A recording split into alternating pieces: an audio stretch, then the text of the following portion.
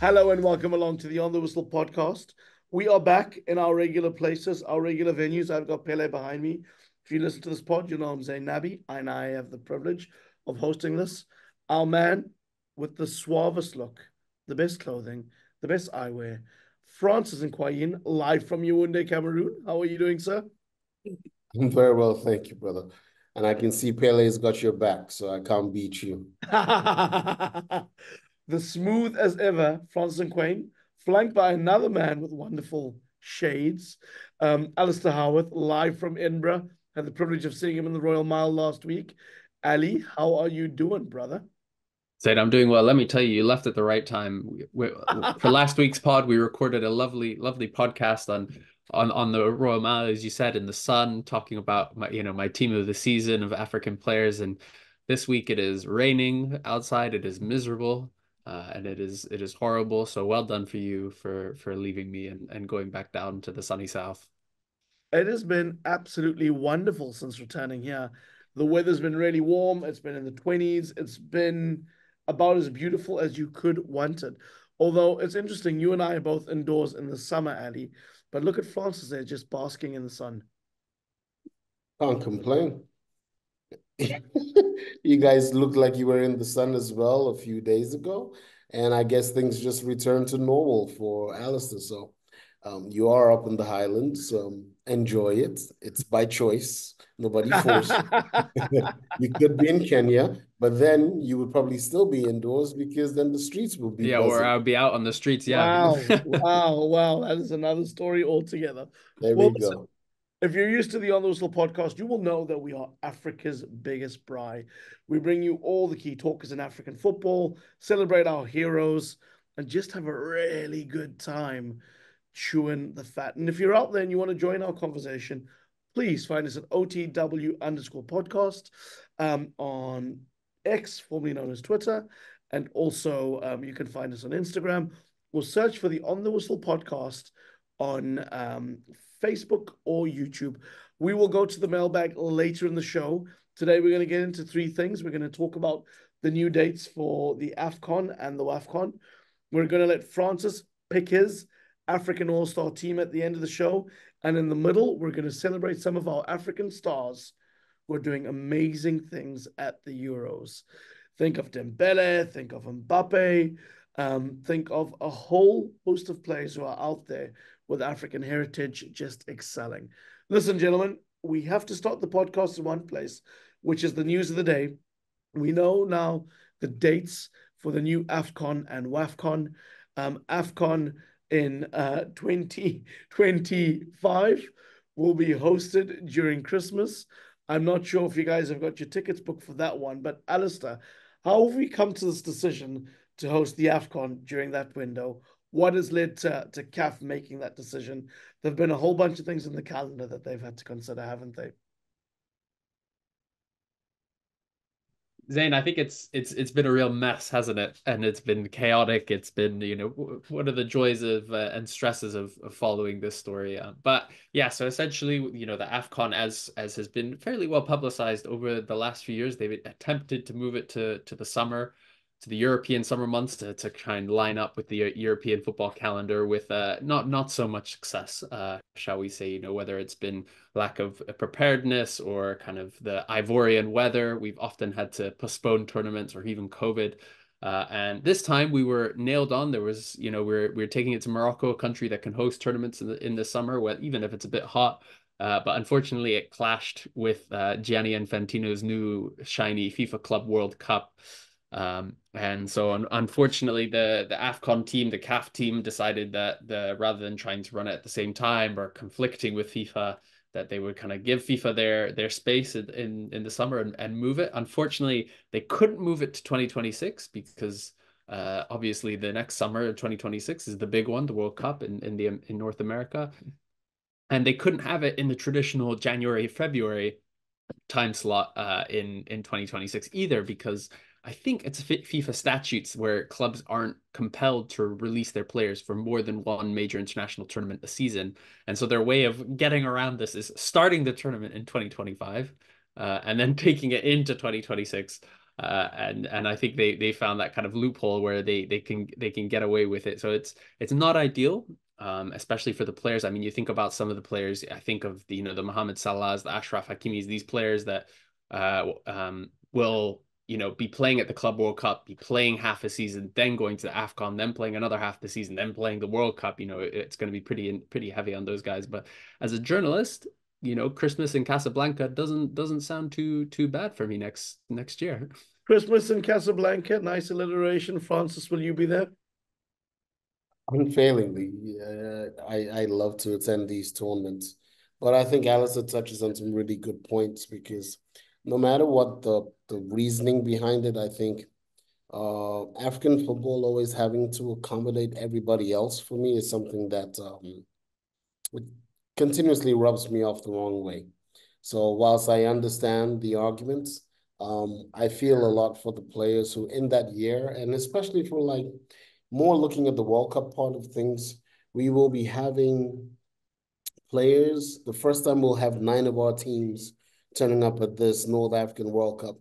They will be turning up at this tournament tired. I mean, the best of our players will have had one heck of a run up to this major tournament. And I don't think a lot of thought has gone into the welfare of the players and the ability to be at the top of their performance at the biggest jamboree in world football that will take place a matter of about 5 months after our AFCON. So we'll look forward to it. We'll attend, we'll cheer on our teams, but something tells me our focus will be predominantly on what happens after that. But the thing I'm more interested in at present is what happens to the qualifiers? Do they rejig the dates given we now have a wider window? Do we push this to maybe later dates and allow our teams to maybe have more friendly games, which they need, or maybe they can come together and train and maybe play like their local players, like for those teams that have a lot more foreign-based players. I don't know.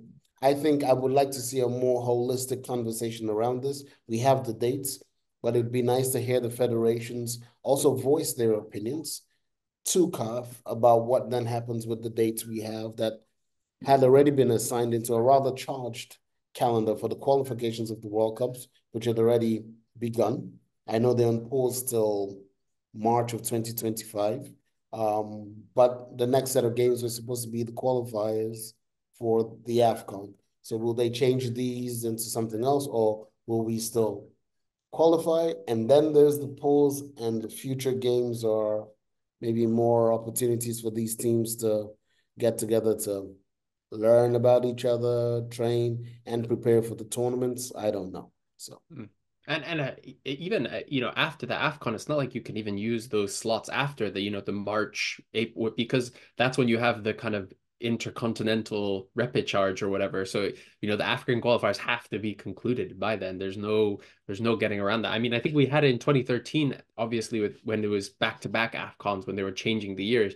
They had to do, like, rather than group stage qualifications, it was just like straight knockouts. And you saw some big teams miss out on it. And that was when it was a 16-team tournament. Imagine when now 24-team tournament, you're doing straight knockout. You might weirdly have, some teams like, I don't know, maybe a Ghana or Nigeria or someone who, has an upset, loses in their AFCON qualifiers, but is going to the World Cup. And then you've got this kind of very strange situation. And then obviously we have the same thing where we've kind of had in previous World Cup years where the teams that have qualified for the World Cup don't take the AFCON as seriously because they're almost seeing it as a training exercise for the World Cup. So I think while it's nice to finally have a date and have some answers, I think it throws up more questions than answers, and I think it's a frustrating situation, to be honest. And I also think, to add to your point, and again, it leans back to the players who are the actors at these tournaments. In the industry in which we work, you're already having a few conversations where some clubs are already hinting at the availability of certain profiles of players. So even in the marketplace, you're ready without people having even had the full details, but just understanding that there's the potential of yet another tournament that takes away players in December, because for those leagues like the English Premier League that have this as a peak period for them, come back to that same conversation, and then you'll be coming off that World Club, World Cup, whatever it's Whatever called, it is. the new one. You add to this, so you're already in the few exchanges I've had with three clubs in particular. I already got the question this early where you're talking about players who maybe have an allegiance, and they're like, oh, but what would it be like? Would they want to participate in all tournaments if they qualify? And you almost want to go, why wouldn't they? Like, everybody would be honored to represent their country. And how are we already beginning to talk about this? And the calendar hasn't really been set in stone yet, but you can already see that some of these players might be encouraged to feign injury, or the same things we've had in the past will resurface, because there are only so many games these young men can play. In a very charged calendar. And I just think we're accommodating far too much. But hey. And I think, a good example is like Nicholas Jackson, for instance, like young player, had a, great second half of the season at Villarreal, comes into Chelsea, super pressured environment, actually has quite a good season, on reflection, the amount of goals he scores, his output. But, because of the pressure of the Premier League, he's almost become this kind of memed character, and there's so much pressure on him. And even if he has this potential to be so good, you now think he's played this whole team season for, a dysfunctional Chelsea, whatever, and then he'll play another season straight into the Club World Cup because Chelsea are the Club World Cup. Then he'll be playing throughout the next season straight into the AFCON, Senegal likely to go far, then also likely to qualify for the World Cup. In the space of like 12, 13 months, Nicholas Jackson could potentially play like 80 or 90 games. That's not like unfeasible in terms of, those kind of numbers. And no player, especially young players, can kind of handle that. And it's just going to be brutal for their kind of physical, mental load. Like Francis was saying, it's frustrating, and frustrating to see that, of all these big tournaments, it's the AFCON that is the one that is at the bottom of the barrel. And particularly when we've just had, this amazing AFCON where, in Cote d'Ivoire, where we've had, some of the greatest storylines in any sport, anywhere in the world of all time, Cote d'Ivoire's journey to winning it. And, you think, okay, interest in the AFCON is up, let's build it. And now suddenly it's taking a back seat in between other major tournaments at the Premier League's biggest time, biggest period, so suddenly it's once again, it feels like we're kind of took two steps forward and taking another one or two back. Well, listen, gentlemen, there's a lot to still unfold, lots more questions than answers, as you said, Ali. And, over the course of the next weeks and months, we'll get into some of those as they start to emerge. I wanted to go to the mailbag now because one of the questions we were asking here was about qualifying. And in our pod 2 episodes ago, we spoke about some of the teams in qualification that were looking good. And we had Segodi Rametsa post a comment around something that I think Francis and I had said about wanting to see Nigeria do better in qualifying. And Sagodi made very clear. He said, you are the only one who wants Nigeria at the World Cup. We want South Africa and Hugo Bruce there for the growth of football. Sagodi, thank you very much for your comment. It is valued. It is respected. It is loved. And I stand by what I said. I don't know about Francis if he's going to recant, but we need Nigeria there as much as it pains me, because they are amazing for the continent, amazing for the brand, and be awesome to see them perform at the World Cup in North America, in the US, Mexico, and Canada. I remember them performing exceptionally well in 1994, and they kept me on the edge of their seats as they nearly eliminated Italy, who would go on to make the final and lose to Brazil. I'm an old man, Francis. I'm sure you can't remember that game. You trying to test me?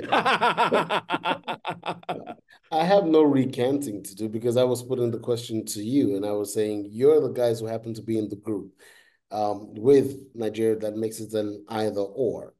And as far as I'm concerned, I know I would much rather, much rather have Nigeria at the World Cup because of how they turn up at big events. And I'm not talking about just the team on the ground, but I'm just saying like our African presence not having our biggest nation by population on ground and the ones that are probably the most effervescent in terms of character and everything that they bring, I think would be a loss to us. But the greater loss is the fact that it's an option between Nigeria and the Rainbow Nation, in my opinion.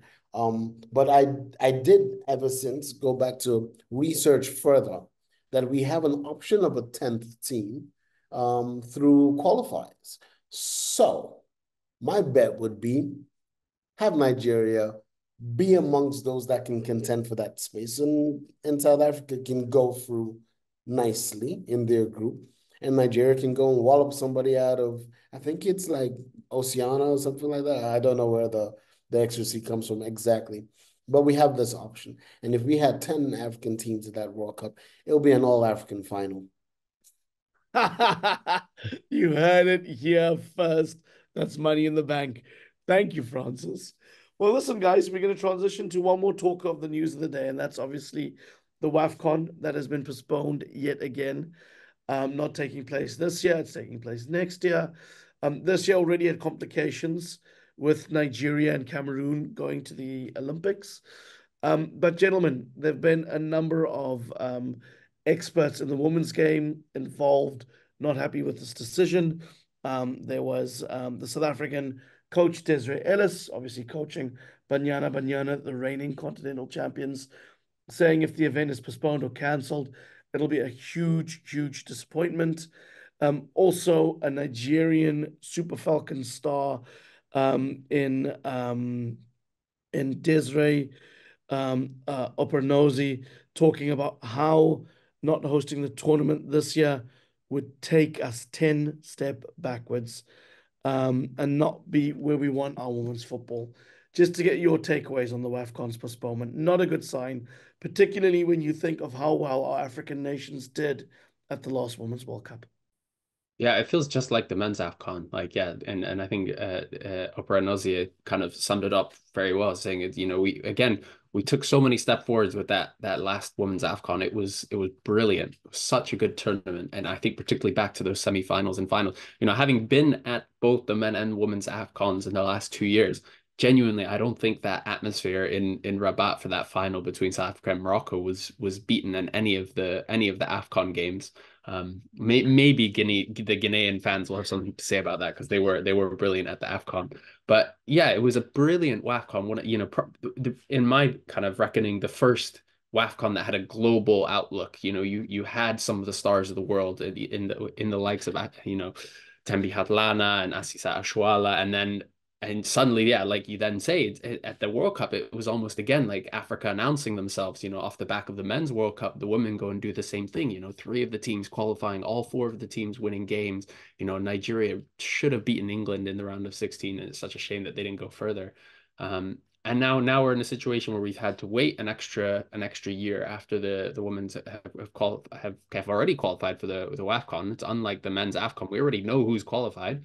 And we're postponing it again. Instead of for the Club World Cup, it's for the Olympics. And I understand that the Olympics are important, but A, there's space in the summer before the Olympics to take place. But B, you're sacrificing a whole tournament of 12 teams for 2 countries in Zambia and Nigeria going to the Olympics. And, obviously the Olympics on the women's side is an important tournament, but it just feels like such a huge step back. And then again, you think, oh, it's not a big deal, summer 2025.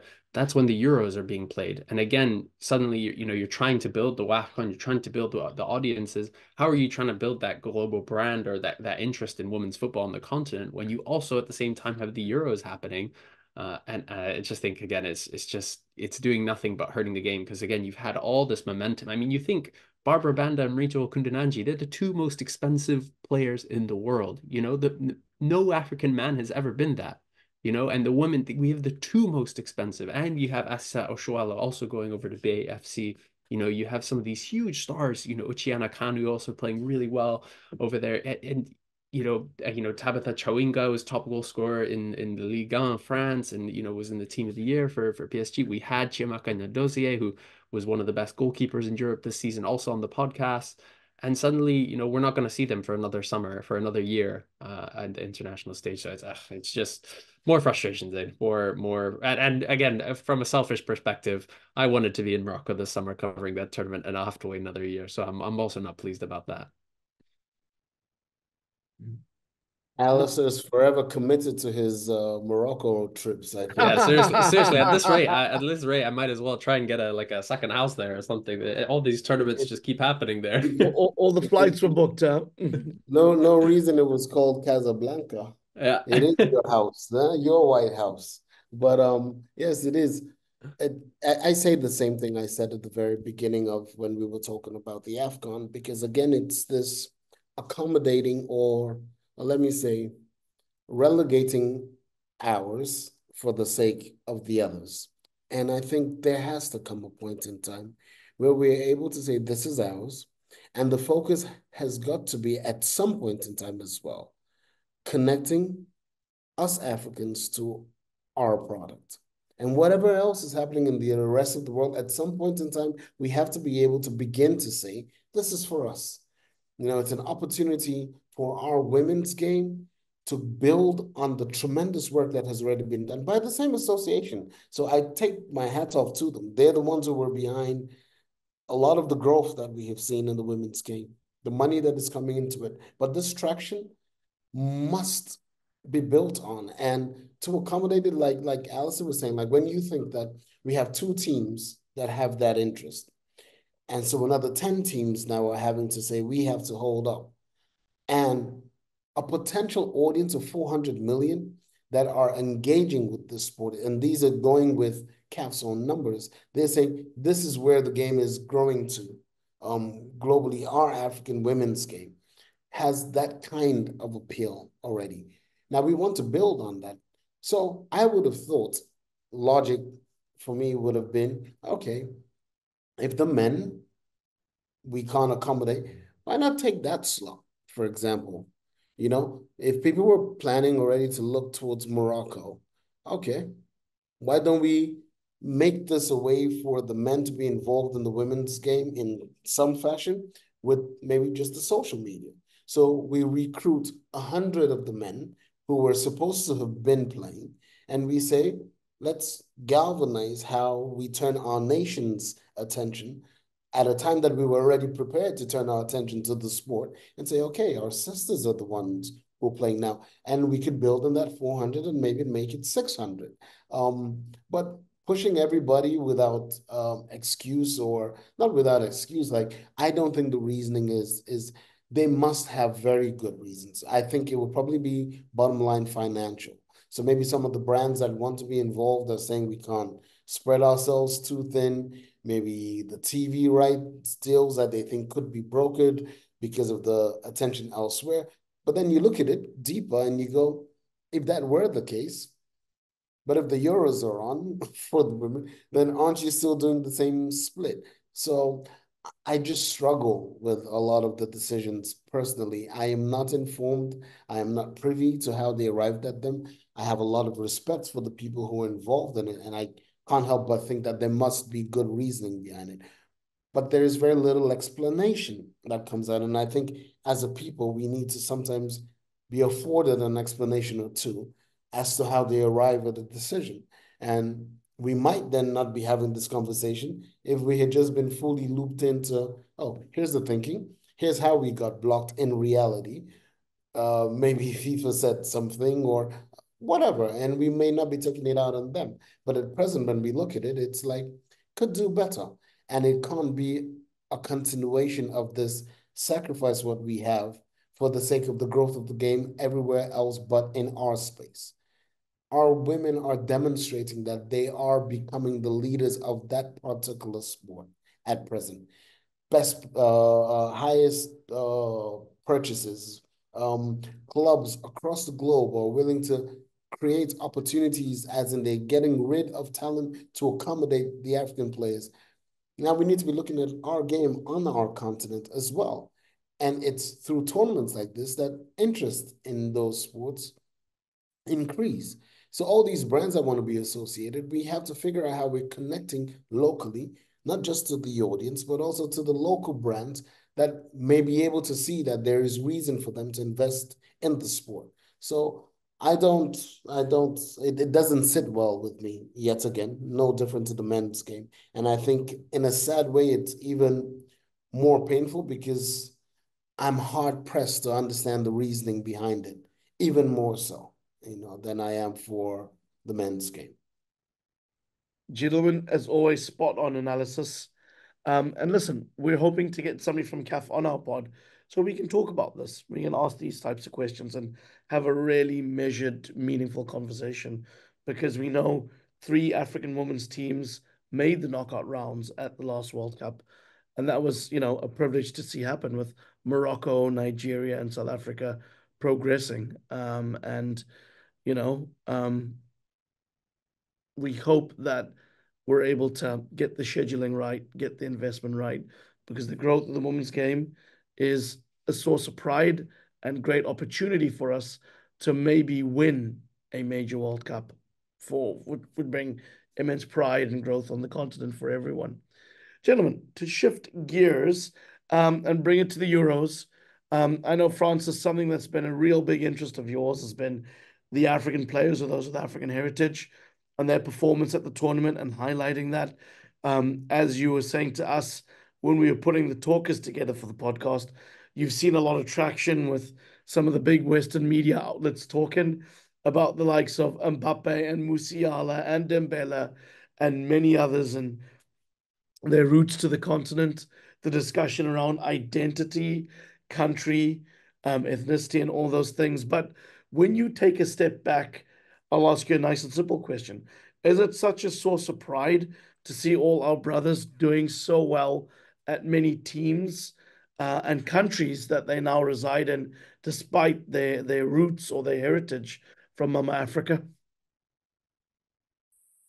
Well, it's a tough one, but I think you know what my opinion on this is already. We've had these conversations in private quite a few times. But the issue around identity, in my opinion, is we must also understand that identity in 2024 is not what it was maybe in 1960. I picked that just as like the start of our own flags, so to speak. Sure. We have people who, for a multitude of reasons, find themselves in different parts of the world. So you could be a South African, but you find yourself in Nigeria. And if you're born in Nigeria and you feel Nigerian, should we be having a conversation if you want to represent Nigeria at the Olympics? I think very often the lazy argument would be no if the skin color matched your opinion in your head as to where this person is supposed to be from. Now, the thing that strikes a chord with me at this point in time is when you see what somebody like Kylian Mbappe is doing in the build-up to the elections that they're having in France, for example, and forgive me, it is our footballing sport is a microcosm of society as far as I'm concerned. And he's discouraging people voting for the far right. And exactly, because it's very clear. We've seen this with the British team, or even what happened with soccer at their last friendly game. These little undertones that go from being undertones to being almost outright abuse when images or color then gets highlighted for these same gentlemen who've chosen to maybe carry different flags or carry flags that are rightly theirs as well. If you're born in a country and it's all you've ever known, it is as much your identity as your fatherland or your motherland. We've always used the idea of la patrie. I'm speaking now like a Frenchman, of the fatherland or the motherland as part of our identity. And we say that in a lot of these national anthems. Now, if your mother and father happen to be from another land, and you identify with that at home, is it a crime for you to say, this is where I'm from? And this is why very often when the French national team, for example, won their World Cup, you had a lot of players still holding up other flags. And they were saying this is part of maybe a policy that the French had once had of assimilation there. Some people may not like that, but they were trying to say, I can be more than one thing.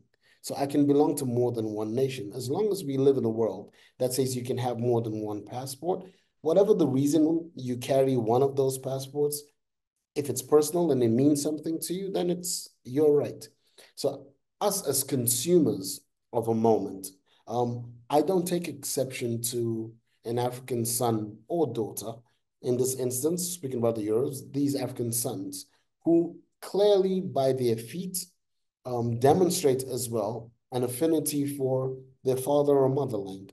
So a Rudiger who wears his German jersey with tremendous pride is just as fiercely proud of his Sierra Leonean heritage as far as I know.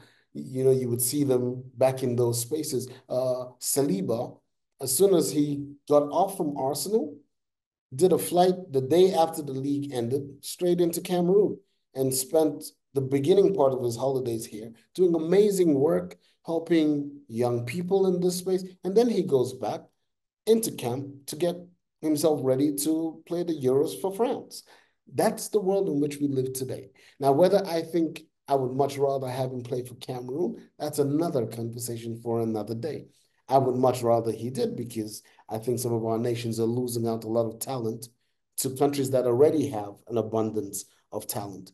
However, whether it's what Jose Mourinho says or what Arsene Wenger says about how we pick who we represent, at present we have gentlemen who have tremendous affinity and are proud of where they're from. So I keep going back to the example of Kanté, for example, who's won a World Cup with France. And you were there when he proudly joins us at the Best of Africa. And he takes a taxi, takes a train, takes a taxi to be with us on the night. And when I'm saying to him, like, I would have understood if you didn't make it. And his point is, but this is who I am. 100%. No, He's happy to fight for France, but it's not a war like that. We shouldn't even have to like that.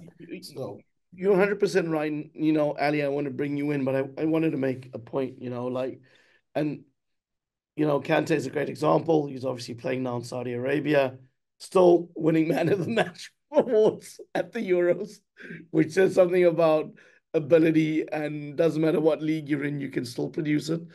I remember speaking to Mark Schwarzer a couple of years ago, at I think it was a FIFA Best event, not the Best of Africa that you run, Francis, but you know, and he was talking because they were together at Leicester, I think, when Leicester won the Premier League, and he was talking about how at one point Ngole was seriously considering playing for Mali. You know, that's where his parents were from. If I'm correct, he was born to Malian parents in Paris. And that was a very serious consideration for him. Obviously, he's gone the route he has, and you know, there's no issue with that whatsoever, because I mean, he grew up in France and he's got this dual identity that he has. But that just shows you how serious he was about the country, how he loved the country of his parents. And I'm sure you still see the Mali flag now and then pop up. But Ali, you know, why don't you come in here? I wanted to suddenly bring you into the discussion as somebody who probably walks that line, similarly to Francis and similarly to me. Yeah, I think it's football is such a funny place, isn't it? Because it's, you know, on the one hand, it's such an incredibly like nationalistic space, isn't it? It's like you can play for one country, you know, Kante might feel Malian, but he has to play for France, and you know, he has no choice to once he's made that decision, and it kind of oftentimes is hard for players to kind of express that multiple, you know, there's multiple identities in themselves, and that's why I think, you know, I think a lot of people get quite, you know, got quite offended, say when Real Madrid won the World Cup, the Champions League, and Rudiger put on a Sierra Leone shirt, flag. He didn't put on a Germany flag, and I think a lot of people in Germany were quite upset about that, like, how you play for Germany, and it's kind of Rudiger saying like, no, when I play for Germany, I'm able to express my Germanness, but I'm so rarely able to express my pride in being from Sierra Leone, and this is an opportunity. And I think it's also really interesting. One person that's really struck me is Lamine Yamal, who obviously has been phenomenal for Spain, you know, been an absolute marvel. It just, you know, just turned 17, was 16 at the beginning of the tournament. Yeah, exactly. And on his boots, he's got the flags of Morocco his father's and country. Yeah, and Equatorial Guinea, which is where his parents are from, and he's also one who, similar to Kanté, was very close to actually choosing to play for Morocco. I know that they kind of in their very kind of Moroccan way were pursuing him and meeting with his family and laying it on him, and I think for me, I think there's, and I can't speak to what you guys have experienced, particularly as an older generation, and thinking back to things like France '98 and players' ability to express themselves. I know we've spoken to Patrick Vieira at Best of Africa and at CNN and about that shared identity, but someone as young as Lamine Yamal in a country like Spain, which isn't always the most open to people from the continent, I think putting it kindly, it feels like he can express that and feels like he can, express the fact that he is Spanish, he's playing for Spain, but he also is Equatorial Guinean, he's also Moroccan. And I think that is special. And I think it's something to kind of celebrate. And, you mentioned Mbappe speaking about it eloquently. I think a lot of these players who are in this kind of space, because they're aware of their identity so early, and they have to be, do kind of learn to express their identities in very creative ways. I think of, Marcus Thuram as someone who I think is really great to speak to. He's such like a mature guy, and I think he spoke similarly to Mbappe in terms of kind of appealing to the French nation to not vote for people who kind of essentially you don't want France, these players representing them, and aren't happy with people like Marcus Thuram and Mbappe being in the country because, they aren't whatever French or whatever it means to be French. But I think it's also just, even from a less serious kind of side of things, I think it's fun to appreciate and enjoy brothers who have been doing well. We're recording this during the France-Poland game, and I'm looking at the France lineup right now, and you have Saliba, Upamecano, Koundé, Tchouaméni, Kanté, Barcola, Mbappe, and Dembele all could have been playing for teams on the continent. And I think it's also just quite fun to kind of celebrate. And particularly in a moment like, as Francis said, some of these players aren't Ali, celebrated. and this is where I was going to come in briefly, and you can keep going, is, we also have to realize that, like, in certain countries and certain nationalities and certain skin tones, it's acceptable to be dual. So, you know, I'm my wife is very proud on her maternal side of their Norwegian genes. Yeah, I can tell you a lot of people that ain't ever been to Norway. And there's a very clear expression that flags and we're eating lefse of bread and all those sorts of things. And, that doesn't make them un-American. If anything, you're celebrated for celebrating those roots. Or, you'll walk around and you'll walk into certain homes, like maybe the Alasdair Howorths, and you'll see the Scottish kilt behind and the clan colors and all those proud things from the Howards. These things are celebrated. And I remember once, a funny anecdote. I had the privilege of interviewing the great Marcel Desailly and Robert Pires. And I was talking to them about many things, and including France '98, which was such a seminal moment in so many ways. And in there, they were having a laugh because Marcel was saying to Pires even, no, but you're not French, you're Portuguese. And they laughed about it. And he went, yes, I am. And they were like having a laugh and having a joke. And, you know, On obviously, the socials. Yes, you make a very good point, and that's why I was talking about the Mm, obvious differences. I was trying to be yeah, polite about it. it's right. We're being Because clear, a right? We're talking. Griezmann, yeah, If you look at a skin tone and you go, Zayn can't be South African. Well, why can't I be? yes, We have been to these exactly. generations, and And that's where. that's why I started off by saying, like, in 2024, we must be able to understand that human movement, the mobility of us as a species, and these identities that we have rooted in flags and nations, we are refining the construct. And these kind of moments afford us the necessary opportunities to have deeper conversations, to understand that you can't say a man is not also a worker and a father. So Zayn wears multiple hats in his home.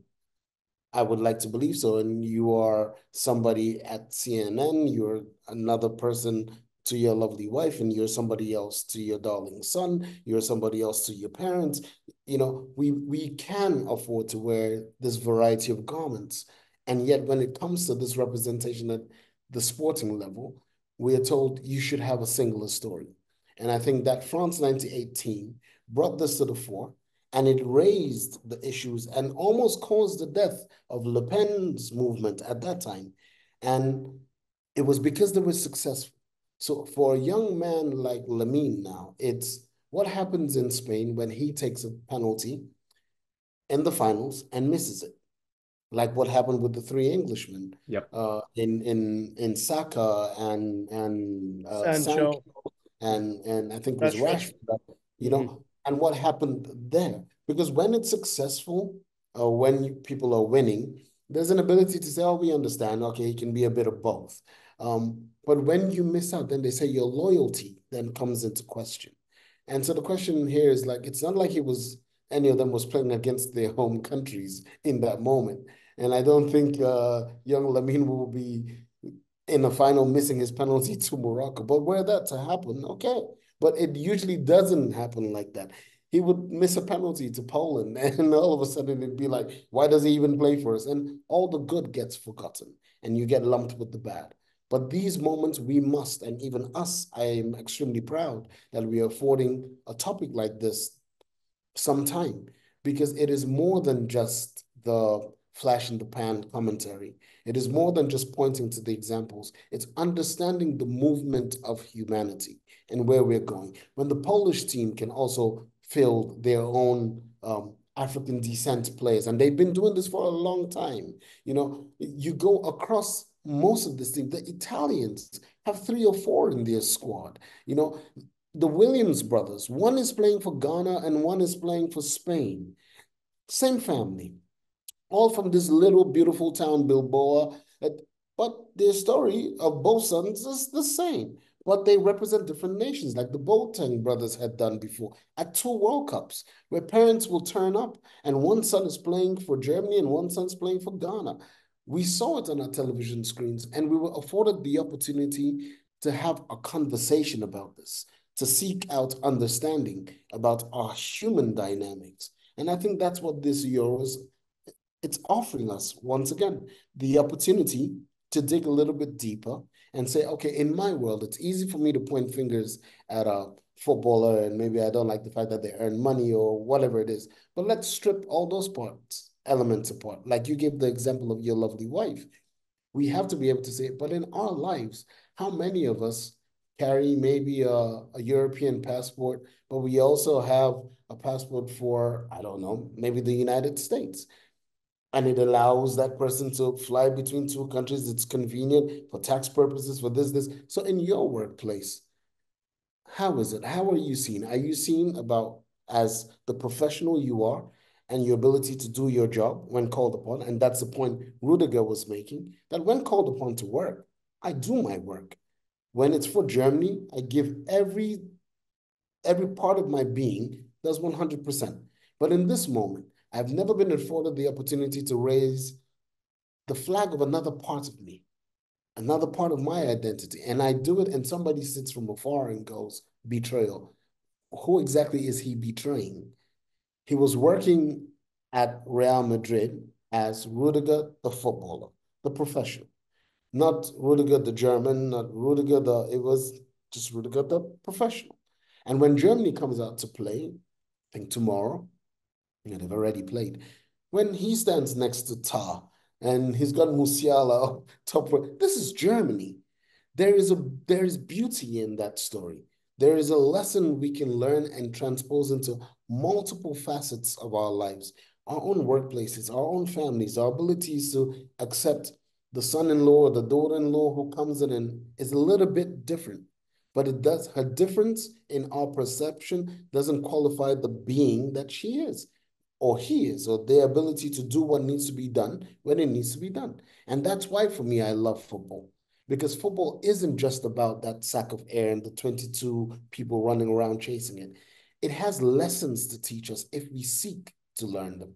And in this moment, and to go back to what Mbappe was saying just before the tournament began, when he's speaking to French people as captain of France with Algerian blood, knowing the French-Algerian relationship, Cameroonian blood, knowing that dynamic with what they call Black Africa or whatever it is, because when they say foreigners go home, there's a color tint to it. But he's saying we can't let our nation be hijacked by a minority. Now, what we don't know is if it is a minority or whether it is a reflection of a people who are saying we are now uncomfortable with just how many of you are in our space. And if that's how people feel, they're entitled to their feeling as well. And they should be able to express it. And then we must ask ourselves, okay, why are we forcing ourselves to fit into a place that doesn't want us? That has been my personal opinion for a long time. Then I can make a case to a young lad when the agent is saying it's better for you to carry this passport and represent this country because you make more money, because you get more endorsements. These are the pressures that these young boys receive when they're 16, 17. How do they really know who they are? Other than what mommy's saying at home, we're all rebelling against our parents anyway at that age. Nobody wants a complicated name. My middle name is Wine Chop. If anybody was calling me Wine Chop when I was a teenager, I was shooting you with a stone or something. Call me Francis. We all wanted to fit in a Huh? world. And part of Could I that call you was Paolo? not being different. Yes. Paulo Wancho. I don't play for City, mate. But you get my point, And so now, whether it's through the culture of the music where we have this Afrobeat sound where it's just been normalized and it's pop music. So you walk into Selfridges and it's being played in the tenors. You go to a football game now before the game begins, they'll play you a song from, I don't know, Davido as he's getting married or Wizkid, and it's just normal. But what these new generation have said is, but I'm happy with being completely from where I'm from. And the argument before used to be not enough of your teams make it to the World Cup, you won't play in a big tournament. Okay, in 2026, 9, potentially 10 teams get to go. Maybe over time, these arguments will die down. But at present, these young men feel as much French, German, Swiss, Italian, Spanish as they do Ghanaian, Nigerian, South African, and that's the nature of the being because we all have that in our homes. Every single one of us has a member of our family that has 2 passports or has access to 2 types of nationality. We don't begrudge them that. And yet when it comes to these lads, all of a sudden we go like, pick one and stick to it. They can be more than one thing. And we might want to Absolutely. encourage them to be that in the footballing space. That's for the federations to do their jobs early. Absolutely. And I want to bring Ali in, but just before I go, is Ange Postecoglou Australian or is he Greek? Why is that not a problem? Is Bill Belichick American or is he Croatian?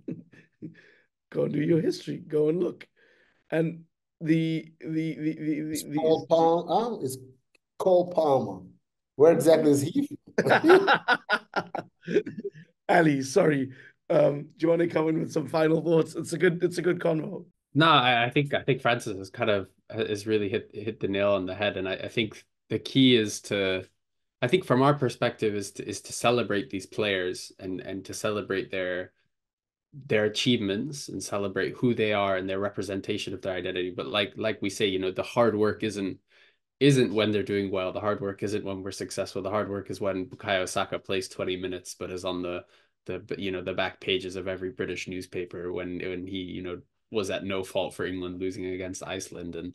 And I think it's interesting for me, again, as I said earlier, kind of coming in at perhaps a younger stage than you guys and seeing almost like the players themselves have a lot of agency now in the way that they celebrate their identities. And, I think even the players who aren't representing African countries or even representing European countries, Francis mentioned, Saliba going to Cameroon, but you even see it with guys like Eddie Nketiah and Callum Hudson-Odoi. And these guys, Ghana have been trying for ages to get these guys to play for Ghana, and they don't want to, and that's up to them. Maybe they want to break into the England team, or they have their reason. But what I love is that usually the narrative is this narrative that you have a player who is born in Europe to African parents. He's a good player, but doesn't quite make it for the European country, and so he goes back and plays for the African, and it's kind of very much a second-rate choice. But I think we've seen over the last 3 years a slight shift in that, is whereas now you have certain players who, I think Ashraf Hakimi is a perfect example, where he's an elite footballer, one of the best in the world, probably been the best right back in the world over the last 5 years. And for him, he's always wanted to play for Morocco. I even think back to that first Real Madrid Champions League win that he was a part of when he was like, what, 18? And, he wasn't on anyone's radar and he had a Moroccan flag on. Um, and I think of the flip of these guys of like Callum Hudson-Odoi and Eddie Nketiah and guys like that, where it's like for them to actually be proud to be Ghanaian, they're not going to Ghana to as PR trips to try and get into the Ghana squad. They don't want to, but they want to celebrate being Ghanaian. And I think I think that's something that's quite powerful. And I also wonder how much, these players, like Mbappe, like Thuram, will, in the future perhaps be more vocal and be more kind of politically active. Because someone, particularly Mbappe, he's such a smart guy. He'd never ever say something in an interview in a press conference that he hasn't planned out, that he hasn't kind of gotten down word for word. He's a very, very intelligent guy. And so he wanted to say those things to the French public about voting.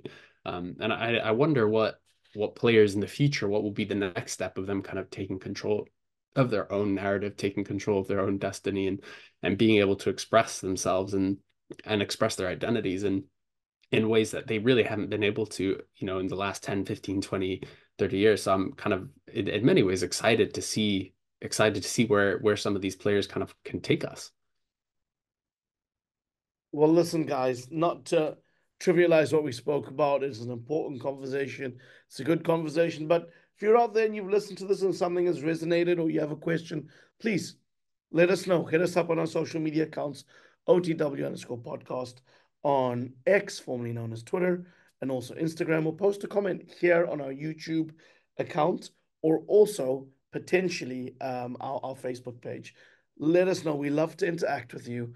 And I'm going to go to the mailbag as we transition to our final talking point today, which sort of ties in very nicely to wanting to hear from you. And one of our favorite listeners out there and loyal listeners is Adam Aziz.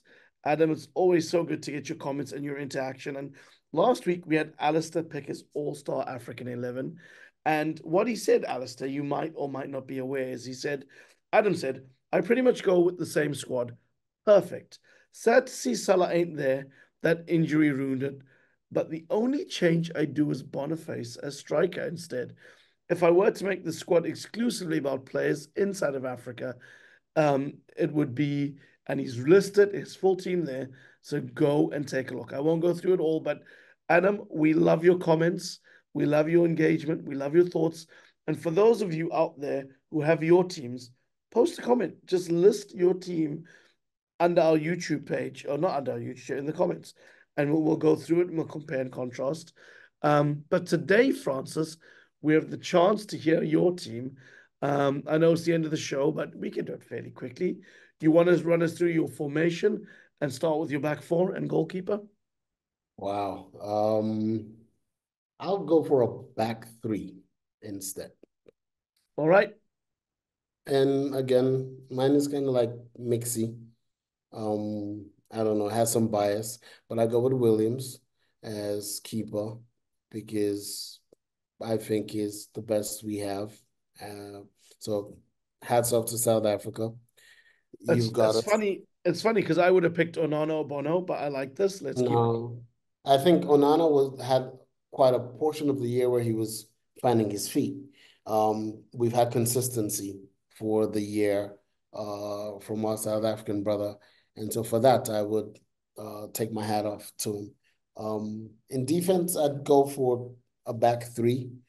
I'd do Wu, the young Cameroonian, who I think for his age, particularly their game against Paris Saint-Germain, the way he man-marked Mbappe, I don't think any defender in League One had done that up until then.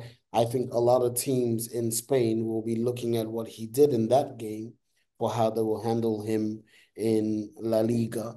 And for the Cameroon national team, he's been very solid. For a young lad, he doesn't seem ever to be phased, and he likes to play with the ball at his feet, solid and with his head. Then I love Hakimi. Absolutely. I mean, I just think the dude is one of those thoroughbred professionals.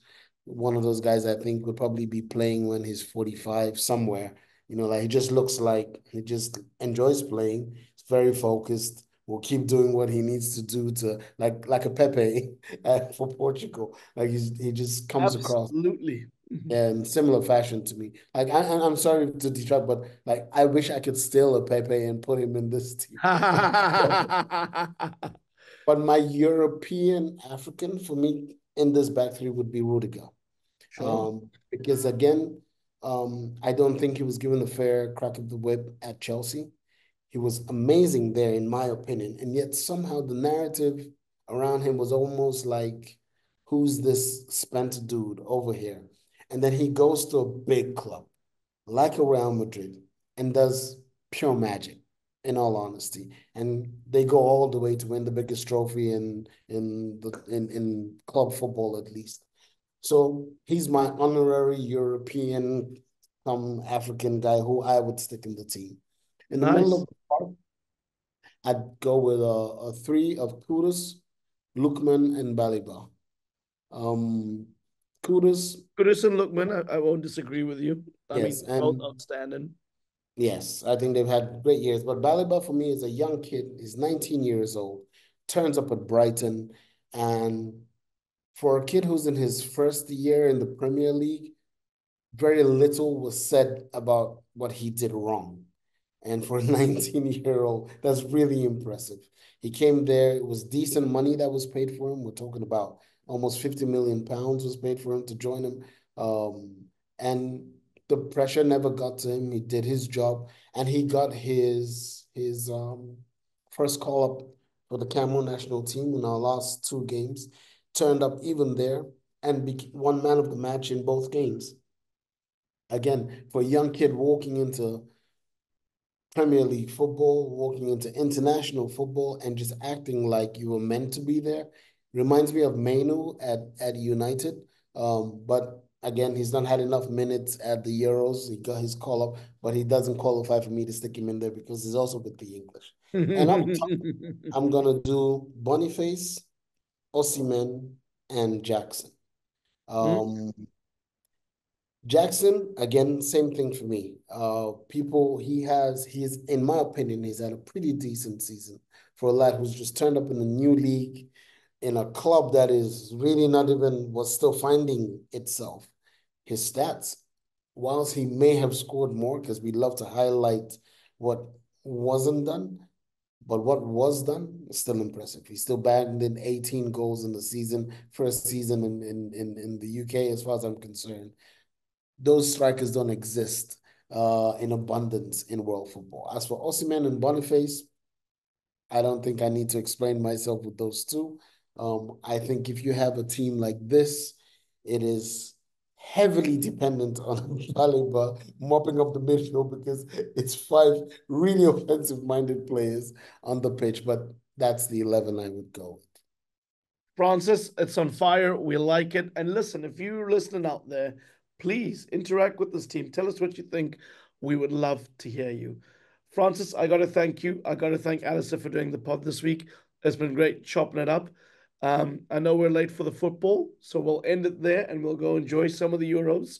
We'll tell some of our African players of heritage playing there. And of course, we'll just enjoy the football. Francis, I hope you have a good one, brother. You too. Allez les Take care. Bleus. Allez les Bleus. All Thank you, right. Ali. Bye.